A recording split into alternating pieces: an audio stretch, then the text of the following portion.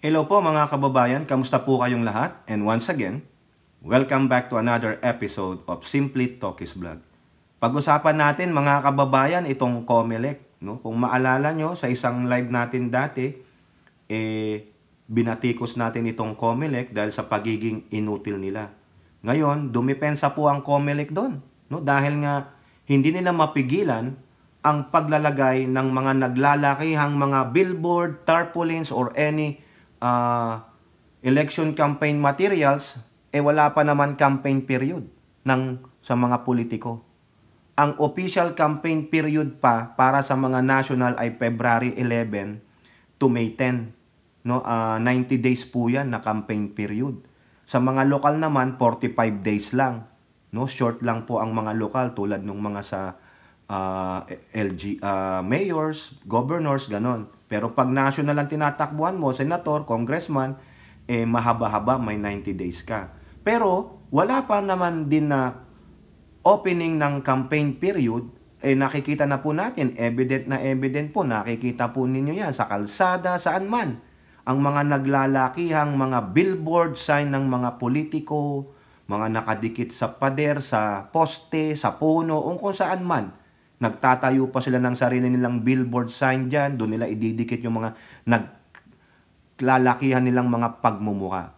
Sabi nila, wala po kaming kakayahan Kasi ang sabi ng Supreme Court, sa desisyon ng Supreme Court, mga aspirant pa lang po yan.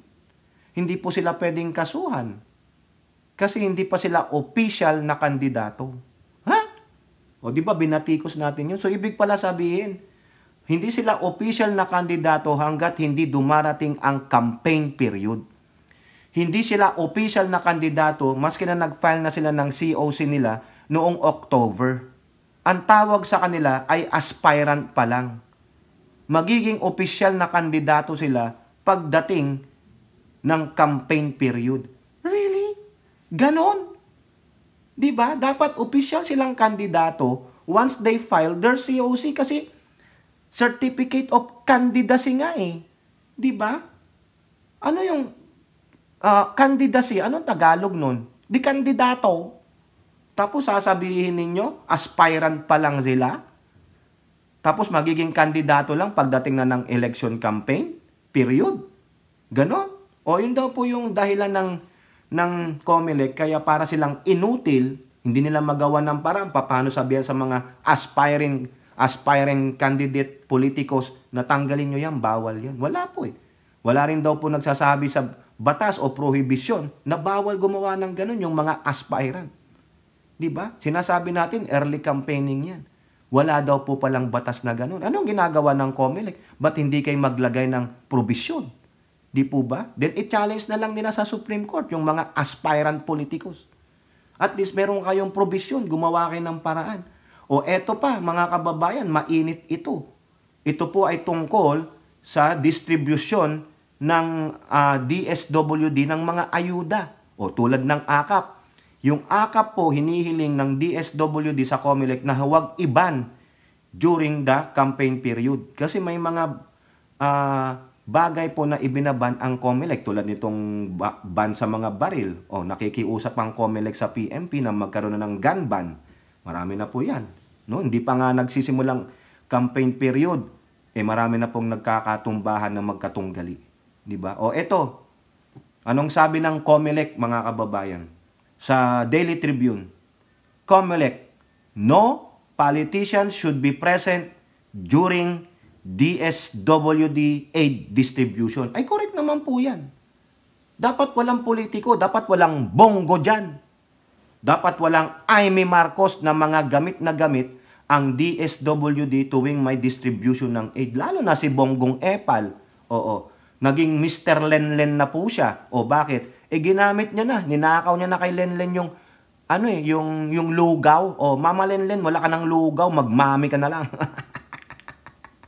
Kinuha na ni Bongo yun. Oo, siya na po ang nagpapakatanga dun. O ito po sabi ng COMELEC. Reminded that no politician should be present during aid distribution by the DSWD and to prevent them from politicking government assistance. Oo nga naman. Halimbawa, nandun si Bongo habang nagdi-distribute ang DSWD. So sasabihin ng mga nakaabot ng tulong ng DSWD, ay galing kay Bongo yan. Si Bongo ang nagbigay niyan. Si Bongo ang may akda ng ganyang batas, galing sa mismong bulsa ni Bongo yan. O di ba? O kaya si Amy Marcos, o kaya si Bato, o sino mang mga kandidato. Tama po yan. Ha? O COMELEC Chairperson Garcia said the full body will not stop the distribution of the aids. O wala daw. Hahayaan daw ng COMELEC ang DSWD. The assistance says to the poor and in need, but the DSW stress must fulfill the conditionalities that the commission put. Ito. Siguro pinayagan yung DSWD doon sa request nila. Tulad ng sinasabi ko sa inyo kanina. At isa sa pinaka-importante na ating sinulat ay dapat walang politiko o kandidatong present during the distribution ng mga ayuda na ito. I agree. Regardless of the name of the ayuda o regardless of the nature, regardless of the form. I agree. In any form, wala dapat na politiko. Okay? Pero bago po tayo magpatuloy, tayo po ay magbibigay-pugay sa lahat ng ating channel members, followers, subscribers, lahat nag-share ng ating mga videos, sa mga nagbi-video replay, nag-share ng kanilang blessings. At ganun din po sa mga nakakasama natin sa ating video premiere at live stream. Shout out to all our OFWs sa ating mga men and women in uniform, frontliners, and mga guro. Okay, balik tayo. No? Eto, naniniwala po tayo sa kabutihan ng pamunuan ng DSWD na hindi naman nila pababayaan na mapariwara na magamit ng mali ang kanilang ipinamamahagi na tulong sa ating mga kababayan. O tama lang yan. Garcia further that they will not interfere with how the DSWD distribute their aids as long as they will not be used to promote and endorse candidate. Correct. O eto naman po mga kababayan, ang tanong natin kay COMELEC Chairman Garcia. Kung sakaling may mga re-electionist na mga kandidato, hayaan nyo na ibang politiko dyan na hindi naman re-electionist.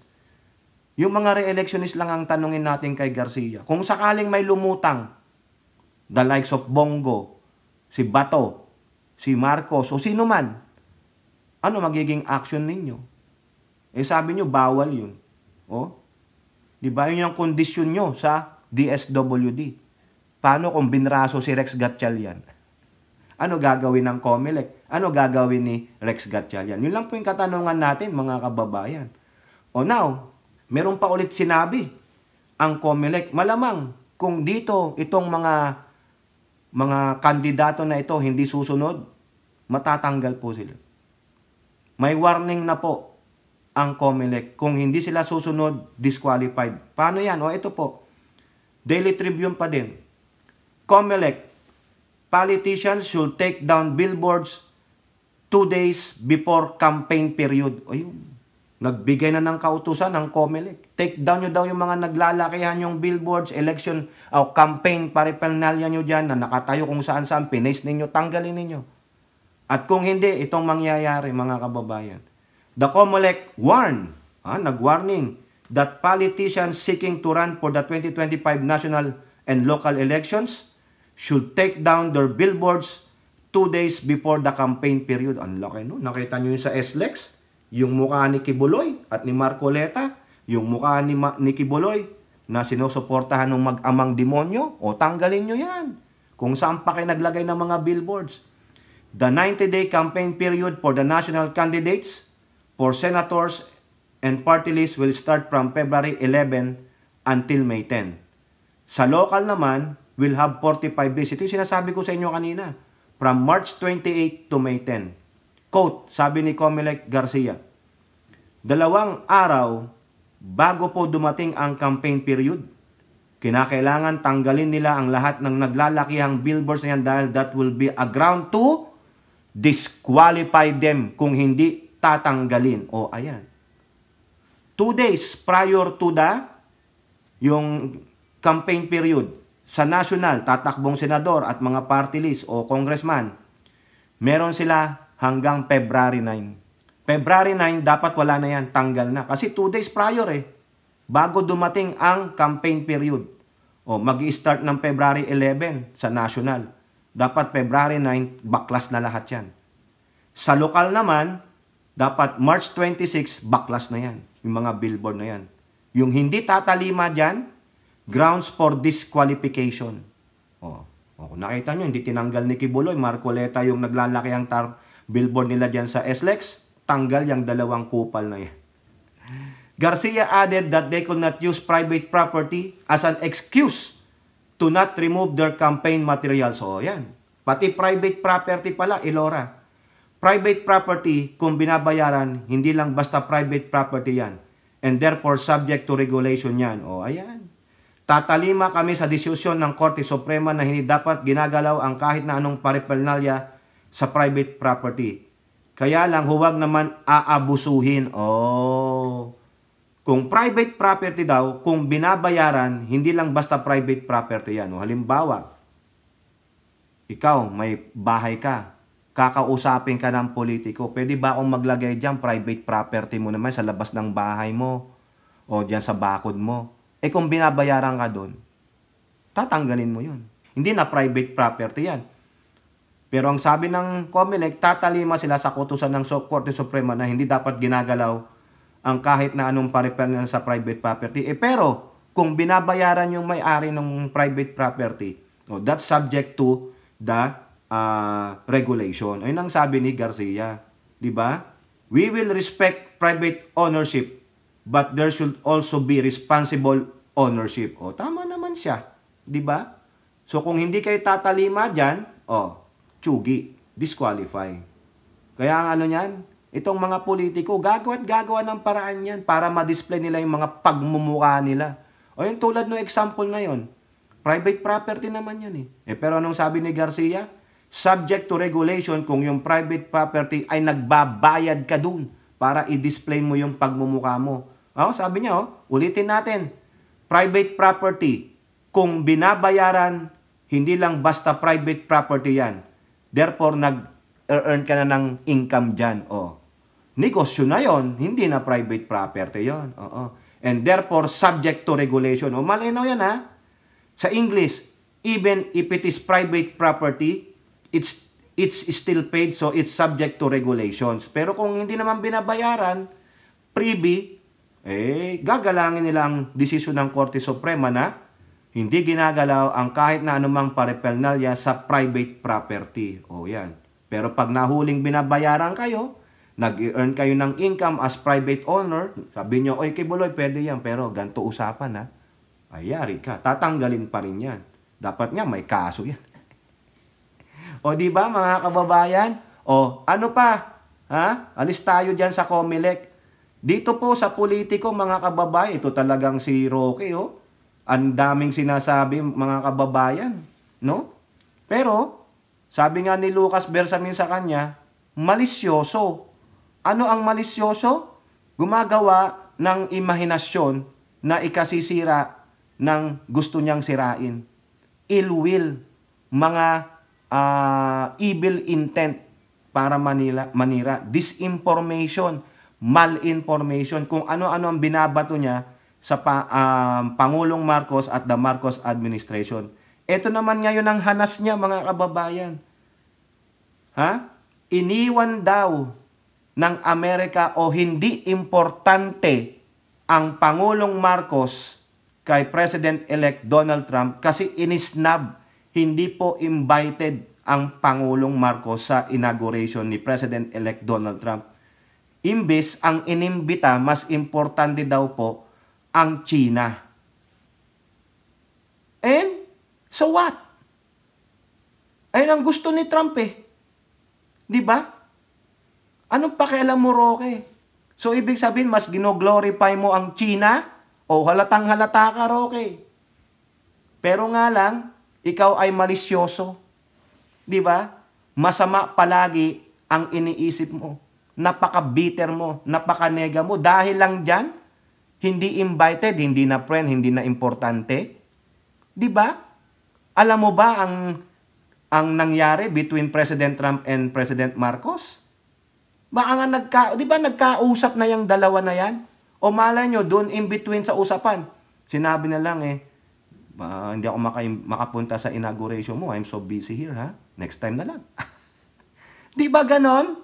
There are more pressing matters to take care of than going to that how many hours lang na inauguration. Pupunta ka lang doon, makikinig ka lang sa speech ng Pangulo, yung i-oath siya. Oh, so what? So, ibig sabihin, less important ka na? Ganon, Roque? Ganon ka kababaw mag-isip? Ano ka ba? Abogado ka ba o abogago? Kaya ka nasasabihan ni Lucas Bersamin na malicious. Oh, di ba? Ill will. Evil doers. Napapahiya ka kasi, Roque. Wala ka nang maibato sa administrasyong ito, kundi kung ano-ano na lang. Wala ka nang pakialam kung ano man ang gustong gawin ng Donald Trump na yan. Wala kaming pakialam. Diba? As long as we have a good relationship with the American government and the American people, okay na kami doon.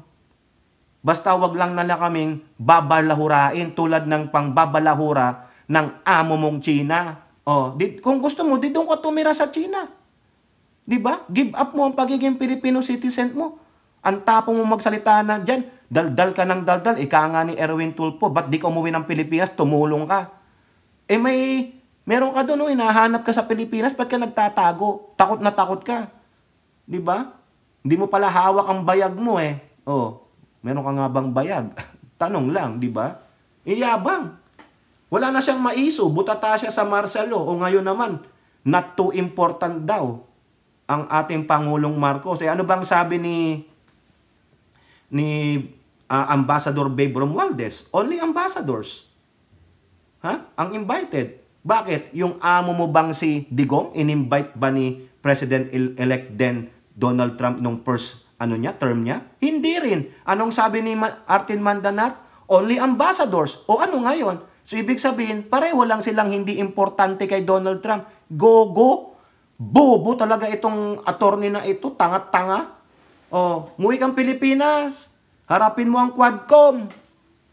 Ikaw ang may tinatago, tapos ikaw pang makapalang mukha ng magsalita ng ganyan. Talaga, Ewan ko lang mga kababayan. Isa pa to. Ito. Si Pulong Duterte. No? Sinasabing inaapi sila ng administrasyong ito. Talaga naman. Lahat na lang kasalanan ng Pangulong Marcos at ng administration niya. Diba? Sino bang unang nang api? Sinong unang nang gago? Ayan po sa balita ng politiko. Inaapi ng admin, Pulong Duterte apologizes for limited aid to Dabaweños amid flawed governments. Biruin nyo, sinisi ang gobyernong Marcos, ikaw nga ang may bilyong piso noon. Diba? Kailan ka naging congressman dyan? Tingnan natin, kailan ka nagsimulang maging congressman ng 1st District ng Davao?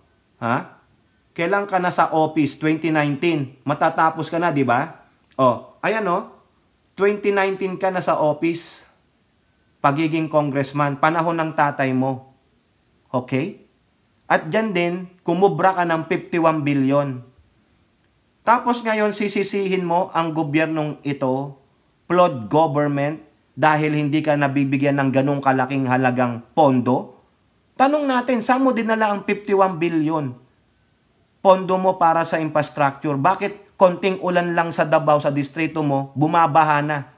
Saan mo dinala ang pera na yon? Tapos ngayon, sisi ka sa gobyerno? Di ba?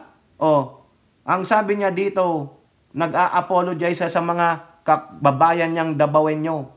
I am aware that many of you are feeling the challenges of these difficult times and the oppression brought upon us by those in power in the capital. I humbly ask for your forgiveness as the assistance we can extend to you remains limited. Leche ka pala Totoo ba? Ganyan ang napipil ng mga Davaoeño. Di ba pumunta dyan ang Pangulong Marcos sa Davao City? Namigay ng ayuda at pinatawad ang utang ng mga magsasaka dyan na hindi nyo naman nagawa, na hindi nagawa ng tatay mo? Gago ka pala. Tapos sasabihin mo, brought upon us by those in power in capital. Nang hihingi pa siya ng forgiveness, ilang milyong piso ang budget mo? Whether malit yan o hindi, itulong mo. Diba? Equal ang pagbibigay ngayon ng mga pondo. Ikaw, namihasa kayo sa bilyon-bilyon nung time nung tatay mo, tapos binigyan ka lang ng milyon, umaaray ka. Kasi kaya ka lang binigyan ng milyon kasi nakita nila na hindi mo may paliwanag saan mo dinala ang 51 billion in 3 years. Diba? 17 billion each year ang kinukuha mo. Bakit ang laki-laki ng pondo mo? Gaano kalaki ang Davao City? Hindi naman yan sa buong Davao eh. The Davao region consists of Davao provinces, 5.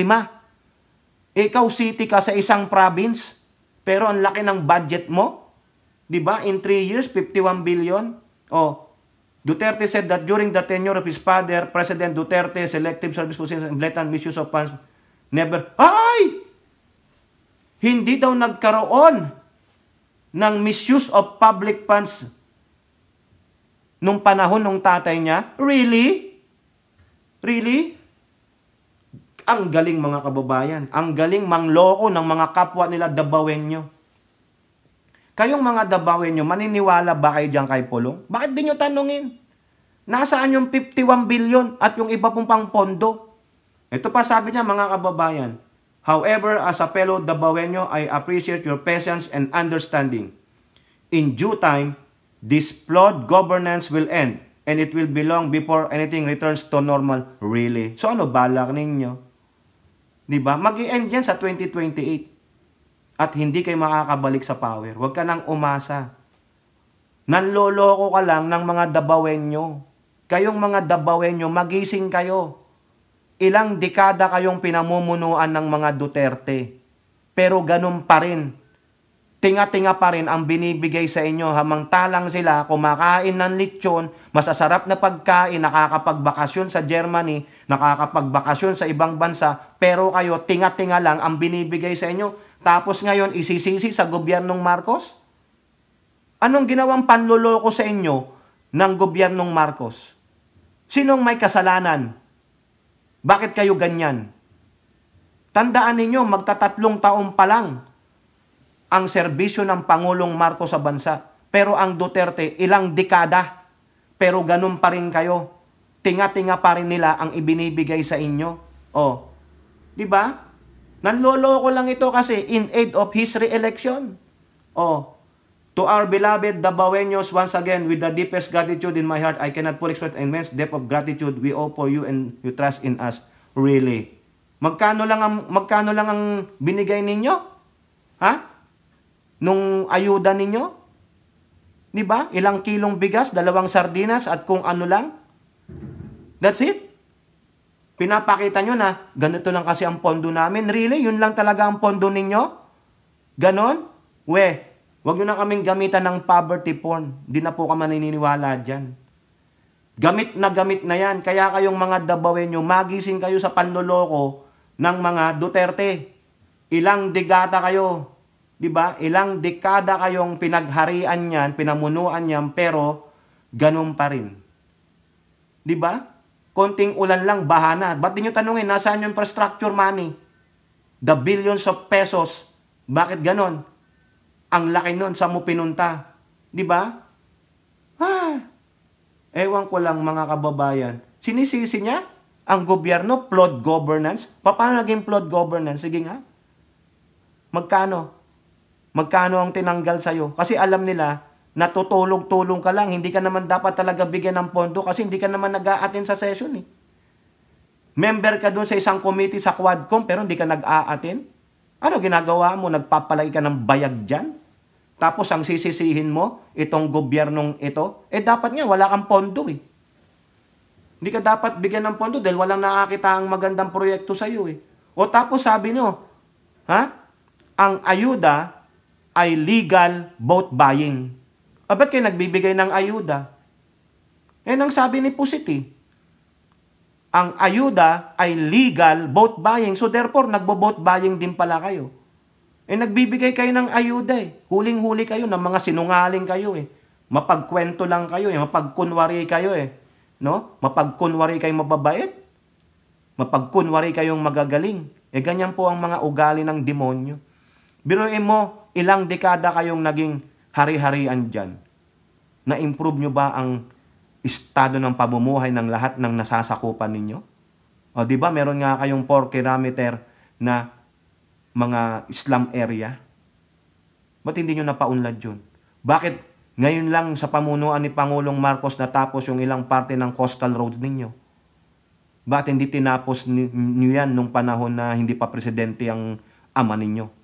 Bakit patuloy pa rin kayong binabaha maski na ulang habagat lang o whatever? Hindi pa yung talutong bagyo.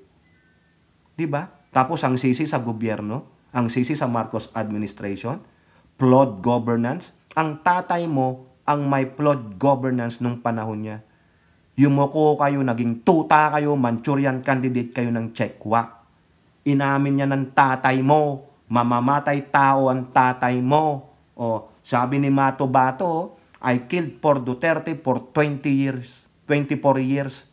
O, inamin din ng tatay mo.